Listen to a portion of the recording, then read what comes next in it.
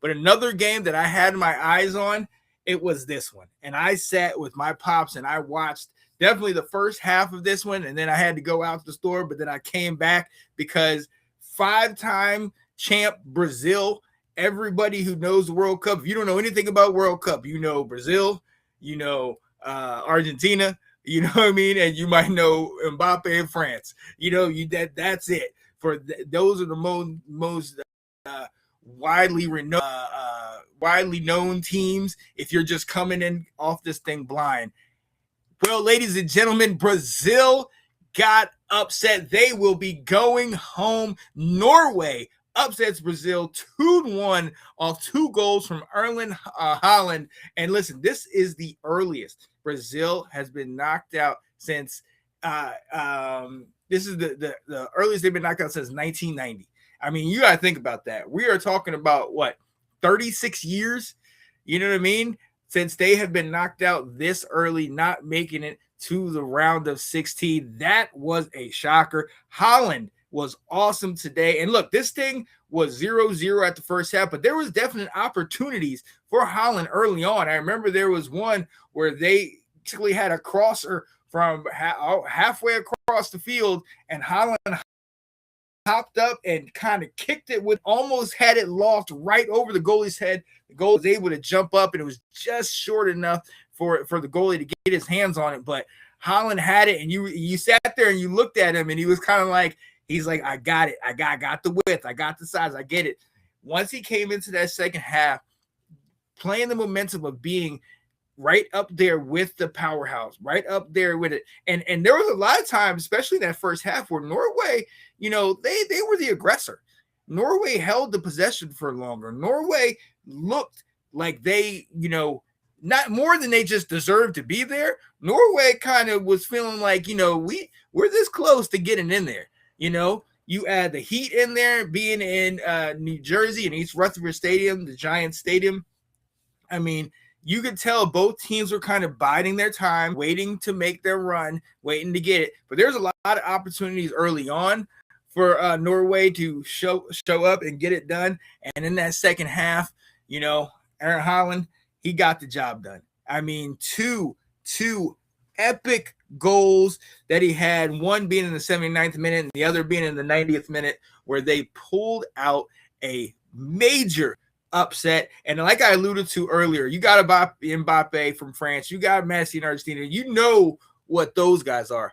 Haaland is right up there with those guys. And he's one of those guys that is potentially in the running for the Golden Boot. You know, he is widely acclaimed, definitely one of the bigger name guys in this, and he's proving it right here, right now. What do they say? You don't always play great, but we, you know, in those times when they're needed, big players play their best, and we're seeing it right now. So Brazil, they're going home. Norway, they're rowing the boat, boy. Is that Minnesota? Alex, is that Minnesota? They're rowing that boat. And hey, real quick, shout out to Mr. Mr. EW, man. Yo, Jameis Winston. I don't know if you guys have seen this, but Jameis Winston has been out there and interviewing all these different fans, all these different people. And he was interviewing the Norway fans, I believe, for this game, talking about row the boat and just going, man, I was for that. I thought, I was like, man, come on. I didn't even know they did that.